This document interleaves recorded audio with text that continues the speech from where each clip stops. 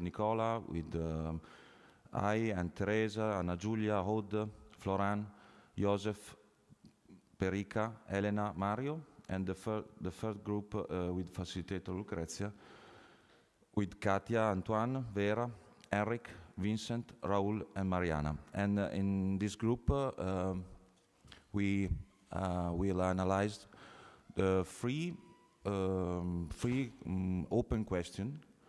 The first is the impact of the project in a local administration, for the local administration, and what did you learn from this project and from your own citizens? What did you learn about the other European countries? And then the second question is the future of this project. This is very important, and for the platform or for the forms, the different forms to be continued. And then another important question is the dimension of this project. If it's possible to speak about the European cultural heritage, these things. And then there is the discussion of this theme. In 12:30 we have the bus for the museum Guatelli, and before lunch, and then the visit the museum. You come back in Parma in 4 o'clock, more or less. I think it's possible 4:30, and 5 o'clock we visit the Regio Theatre, and the dinner always in the Regio Theatre at the final. Okay. Have you something question? Okay, and if you want to start. Risposta.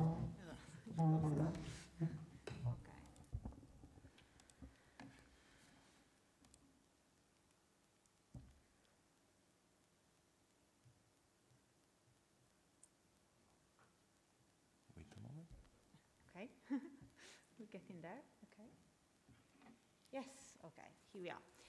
So, in this brief session, because we all had a very rough night last night, so it's going to be brief, I'm going to present not only the final results, but basically I'm going to explain what is going to end up in the final report that we are going to send to the EU. Obviously, this is a sort of shorter version. But anyway, I think we'll talk about that later, but you'll see the written version before it is sent, obviously. But these are the main themes that we are going to put in the report. So first of all, the report is going to start with an introduction, where we're going to go through what we said yesterday. So to see what the different cities have done in terms of work organization, people involved, and the different strategies involved, but I'm not going through that again because we just heard it yesterday. And then there will be like the central bit where we all have the charts that you presented yesterday with all the updated data and numbers and stuff like that. But again, we'll have seen that yesterday. And then, like the juicier part of the report, that is basically what we agreed on in the CASO meeting. So where we actually went through the analysis that every partner has produced and found like 5, let's say, common points that were very interesting with regards to our analysis. And these points were sacred, landmarks, nature, youth involvement, and the use of data. But just to say that I'm sure that if this project went on like another 10 years, we'll find 1,000 more interesting things to say, but we have to sort of bring it all together at some point. So we'll start with the sacred bit. there seems to be a huge difference between Conavle and Parma on one side and all the other countries on the other. In Conavle and Parma, religion is an integral part of the life of these communities. But this is not really about religion itself, but the fact that religious practices and places connected to religion involve and promote socialization, the preservation of local traditions and folklore, as well as recurrently renewing the bonds that keep a community together. And I think that is the key point of this. And not because I'm just saying religion is not important, but from an anthropological point of view, and I see that Anna Julia is nodding, so it's correct. So this is the important bit, like religion as a sort of glue that sticks a community together. And as an example, I've put this. There is the legend of St. Mary of Graces from the Parma inventory, but actually it is based, this contribution is based in Berceto, which is a small, well, no, not that small village in the Apennines. And this entry says that the Feast of the Vows is the most important celebration for the community of Berceto. In 1630, the plague was raging throughout Europe, and the terrified inhabitants of Berceto decided to ask the Virgin Mary for help. And this could be a nice idea for these times too. The leaders of all the local households went to a church dedicated to the Virgin Mary and brought along a notary who drew up a written agreement between the Virgin Mary herself and the people of Berceto. In Italy, that's kind of common, like we write all down. In exchange for salvation from the plague, the inhabitants promised to organize a greatly yearly celebration. The agreement is subscribed and renewed every year. The major, wearing his tricolor sash, formally stands before the altar and rereads the original document, stating the names of all the households who had originally signed it. So you see, they sort of replicate, they sing, and they sort of re-list all the names of the people of Berceto, so they sort of stick this community together besides the purely religious aspect. On the contrary, other countries don't have that sort of religious dimension in some way, possibly because obviously northern countries especially are slightly different. They are Protestants, for example. And then is a case on the side, but maybe we can talk about that later. But in general, in these countries, many churches and other religious buildings are mentioned, but not because of their religious function, let's say. Historical and architectural aspects are often mentioned, but in fact, these buildings constitute very important reference points for the community, both in geographical terms, like the church is big, so you see that, and as anchors, as the people from Kassel wrote it down, like anchors, of local history, heritage, and culture. And I brought an example from Tours, the Saint Gatien Cathedral. A person wrote that this church is the visual landmark of my life in Tours. So the church is not a religious building, but is a landmark, and that connects to the other topic landmarks that we're going to discuss later. And then we have sort of a bonus track, the one with the star on it. It's this contribution from Linköping that I really love it. It's called Quite Huge Arches. And this person says, I believe that the arches in the cathedral mean a lot to me. After a working day in a room, it can be wonderful to be in a place with a physically high ceiling. It clears the mind. It's like walking in a park with tall treetops, but the difference is that it's indoors with candle scent and warmth. It is a park all the way around. So what is important about this, and also about in general, considering also the question of landmarks that we're going to discuss later, the cultural heritage is not something lying out there and living a sort of independent life. Cultural heritage, those are buildings, those are things. Cultural heritage is the meaning that we attach to those things. It's not something objective, it's not a matter of fact, but it is made of feelings, the feelings that connect us to what it is around us. So I think that is very important, and it actually pops up in every inventory. Moving to landmarks, I sort of made a list of how landmarks are read in our inventories. Landmarks from archaeological remains of ancient buildings, but also 19th and 20th century factories, are symbols of both distant and recent past, thus constituting fundamental elements of citizens' sense of belonging. And also, in this way, landmarks are tangible elements that connect us to our history and our past. Then landmarks as meeting places. That's also sort of a meaning of the word landmark. And I put here the Plumereau place in Tours because it is said the element of identity that I would like to share is a Plumereau place and its warm, friendly atmosphere. We can find the historical, architectural, and gastronomic heritage brought together. It is a small place recognizable for its half-timbered houses and its numerous bars and restaurants.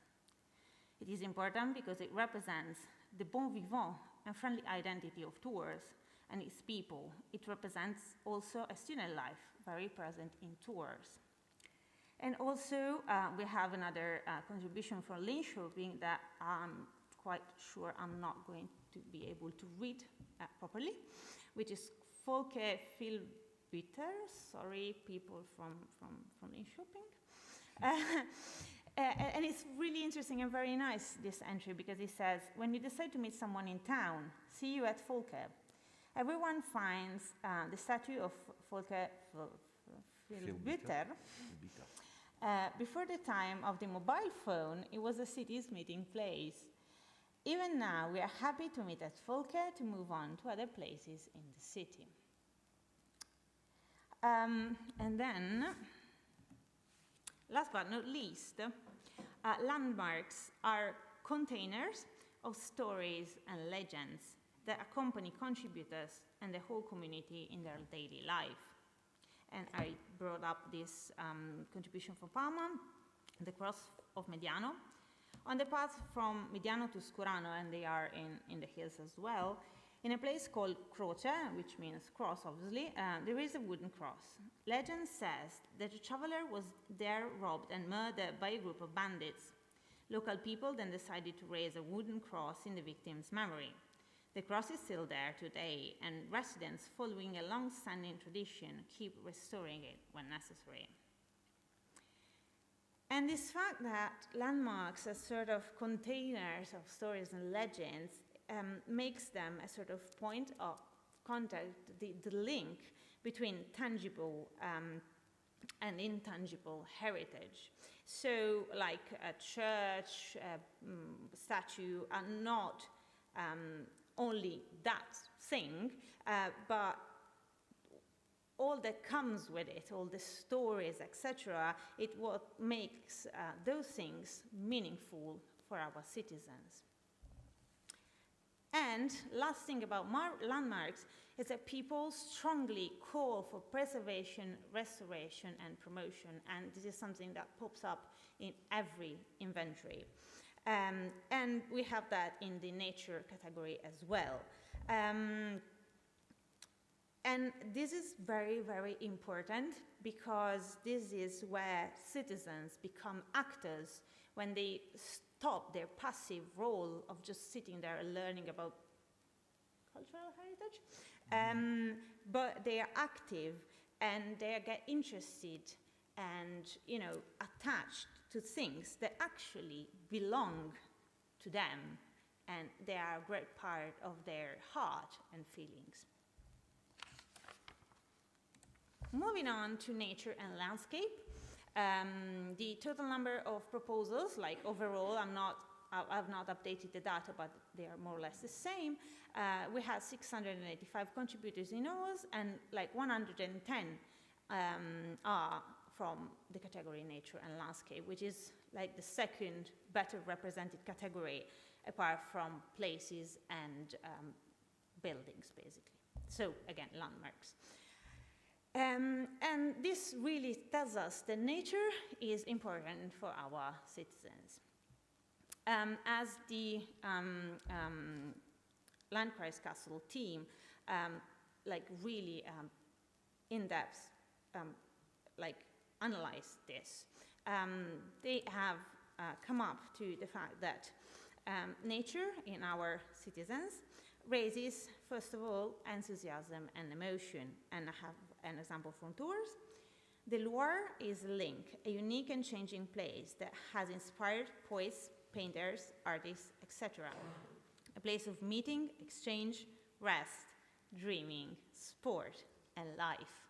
So you see this emotion coming through.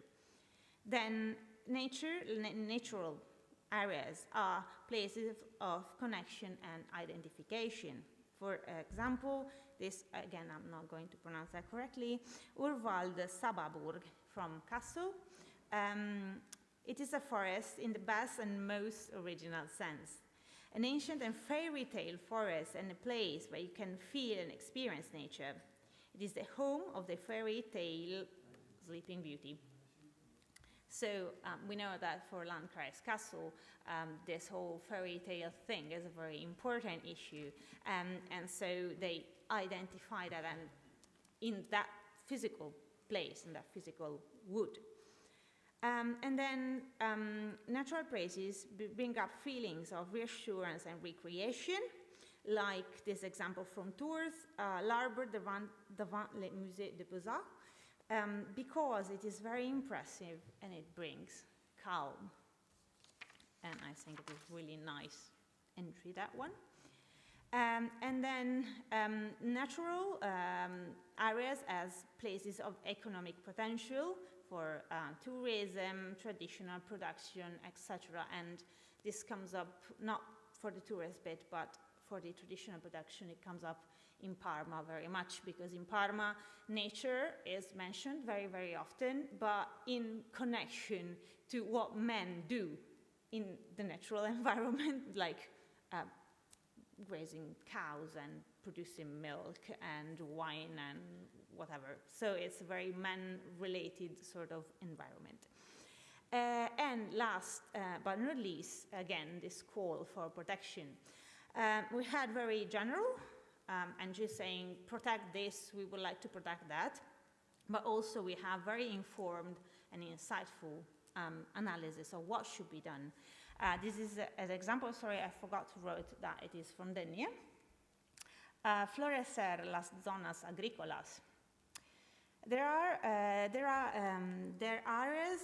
are large numbers of abandoned agricultural plots in the state of colonization by pioneer species, which means a large area of ecologically degraded and ecologically altered landscape spaces that often end up in fires and urban redevelopment.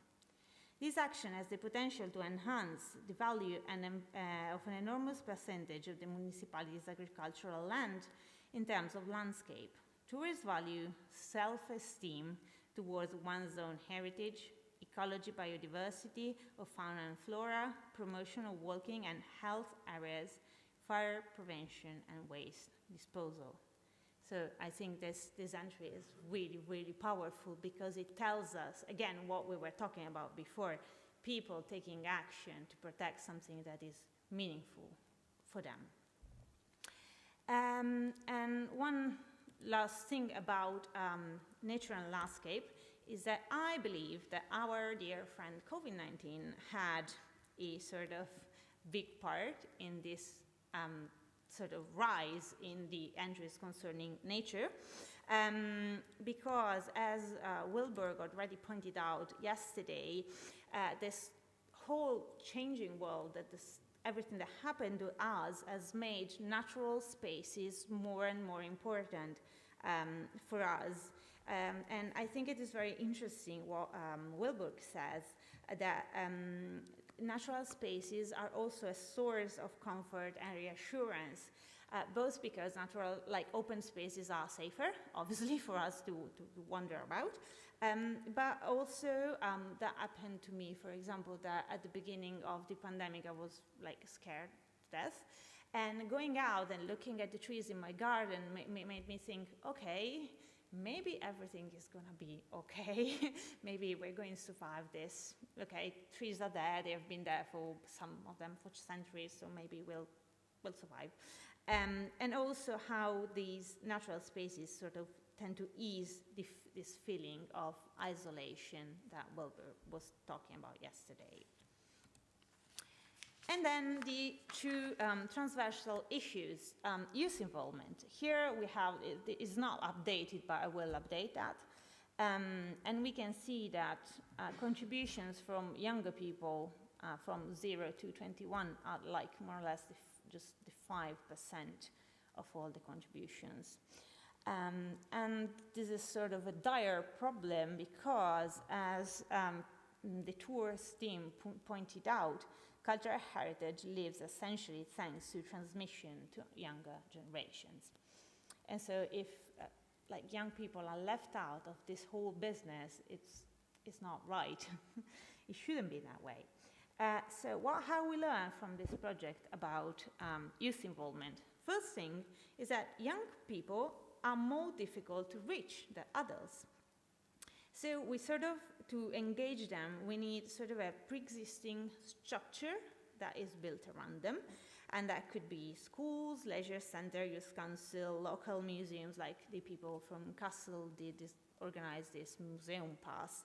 And so it is up to us to actually engage actively in looking for these structures that exist and that they change from country to country, because the colleagues from tours were saying that it was very difficult to access schools on the part of the municipality, and I think Kassel had the same problems. While here in Parma, I mean, it's quite easy. You pick up the phone, you phone a teacher and like, yes, come, do whatever you want to do. Whereas, for example, here in Parma, we do have a youth council, but it's not such a big thing as we realized it was in Tours. So I think every country has really to look around and see where are the spots where you can actually engage children. Obviously, museums are a very good place as well. The second thing that we learn is that young people tend to have a passive approach to cultural heritage. Because they sort of tend to see it as a sort of school thing where you actually go to a museum and just sit there and wait for a guide to explain to you what this is and that is, etc. And so I think that sometimes young people have some difficulties in going out of that scheme that it was constructed by public institutions in some way. So what do we have to do? First of all, we have to develop specific activities designed to reverse this role. For younger children, that's just a suggestion that may be open to further discussion. It is maybe interesting for younger children to draw on their emotions and creativity. So what Tours did to have like drawings and sculpture, very creative things, or what we did in Parma in one of the Comunità dei Musei walks, that we did an activity around the baptistry, where you have nice sculptured medieval funny animals, like, mermaids and whatever. And so, like, wonderful animals and where to find them in Parma, so that actually children can be creative and, like, also develop a feeling of attachment to that cultural heritage. And for teenagers, things are slightly different, but I think that what Tours did really tells us how successful it might be to encourage active involvement of younger people, of teenagers, in order to sort of empower them and to make them active, and also brings about interesting things about active citizenship in general. So they do not like that with their headphones on and actually bring about good things like good vibes. And then the use of data. From a general perspective, we could see that collected data have been or will be used as inspiration to develop city walks, trails, tours, and activities aimed primarily at the local population. But again, as people from Carnival were telling yesterday, the use of this data for touristic purpose is not a taboo at all, but it could actually provide, if municipalities want to do that, nice and different points of view on the local heritage that both local people and people from other places might find enjoyable and new, and something that might add to the touristic offer of the place. And plus, contributions themselves have been or will be used to enrich citizens' experience of local cultural heritage. And it is a very important topic that was brought up by Lynn Shopping, that they were saying that they have developed, if I understand correctly, a sort of database from the national government that people can access through mobile phones during walks in the city. And apart from, adding, like I said, this building was built in blah, blah, and was used for this and that purpose, like adding the contributions and even like interviewing the people that did the contribution could add a sort of humanity. And again, we go back to what we said before, sort of the emotions and feelings that make a building a piece of cultural heritage. And again, as the colleagues from Castles, I think, said very correctly, that give people a chance to get in contact with their cultural heritage in order to foster appreciation, identification, and ultimately also preservation. So this is very important to engage the citizens even in walks and such activities. Then, I'm nearly done. These are the concluding remarks that are actually not going to enter the final report, but they are actually here to spark discussion for the focus groups that are going to go next. First and foremost, it is quite obvious, but I thought it was good to point it out. Despite our differences in organization, size, budget, context, and so on, and the initial difficulties in this project, because we did have some difficulties at the beginning, let's do not forget that, we did manage to place our citizens at the core of the project, thus making all of them its actual authors. So it's not us who did this project, they were primarily our citizens. Secondly, one of the aims of the project, I reread sort of the application, was one of the outcomes of the project was to promote reflection and debate about the common European view of cultural heritage stemming from citizen perspective within the support of local authorities and museums. So, besides what we had said in the past 30 minutes, so all the things that we found in common, I think the very, very important things is that our citizens value cultural heritage. And I asked myself why, and the first thing that came into my mind is that it is because we have such a big heritage behind us, coming with us. But in the end, maybe it's not that really the point, because there are so many other countries or nations or areas in the world that have a big heritage, very important, long history, like China, Japan, India, and whatsoever. But I think what really marks us out as Europeans is that we care for that. We know what cultural heritage is, and we value that above all. So I think that really it's the point that makes us all in one big European approach to cultural heritage. Maybe in other countries that might not be the case for various reasons.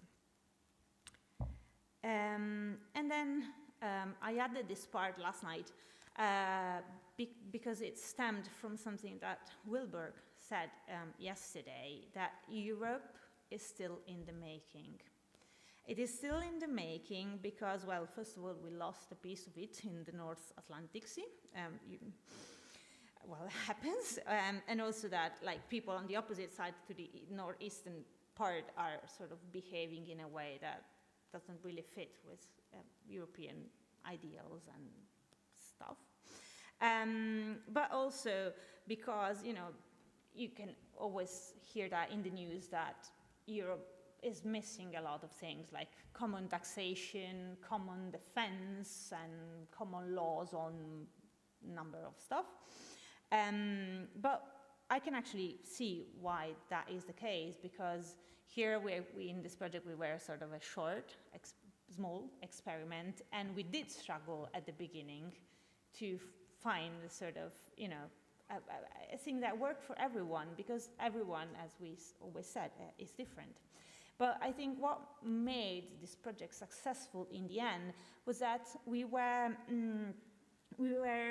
first of all, we were curious to learn about what other countries do and think and believe. And we were ready and willing and open to listening to what other people thought, believed, was right and wrong, and, you know, to hear everyone's opinion, okay, in a sort of open-minded way without preconception.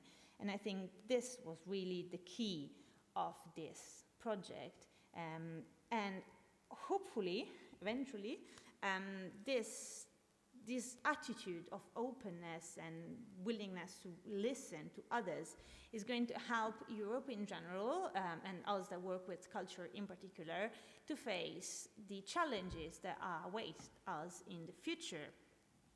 So I'll just throw these questions at you. So for example, how are we to welcome and integrate people with different backgrounds?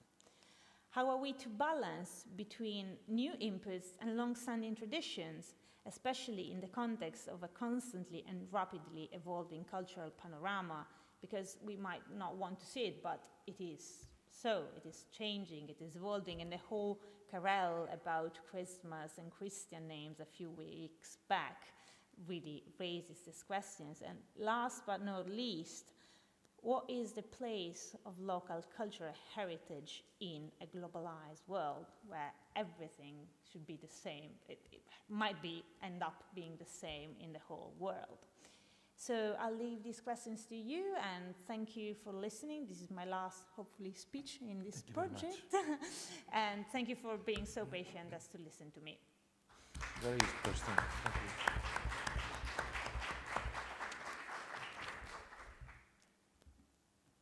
Coffee? Or question? Or questions? Coffee, direi. Coffee, yes, yes.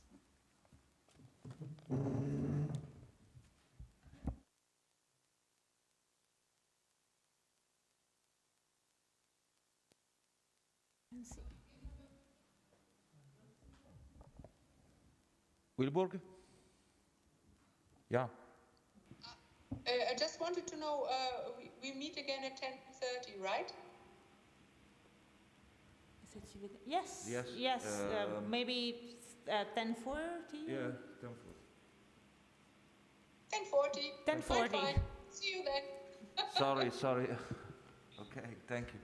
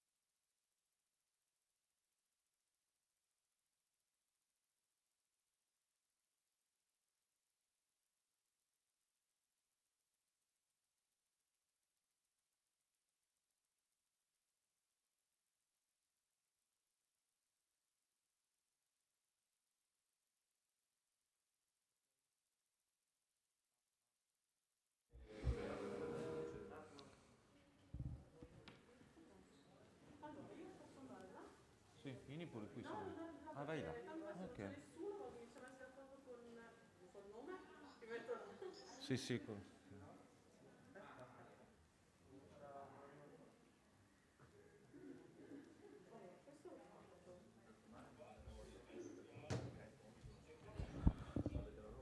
Okay. I repeat the group.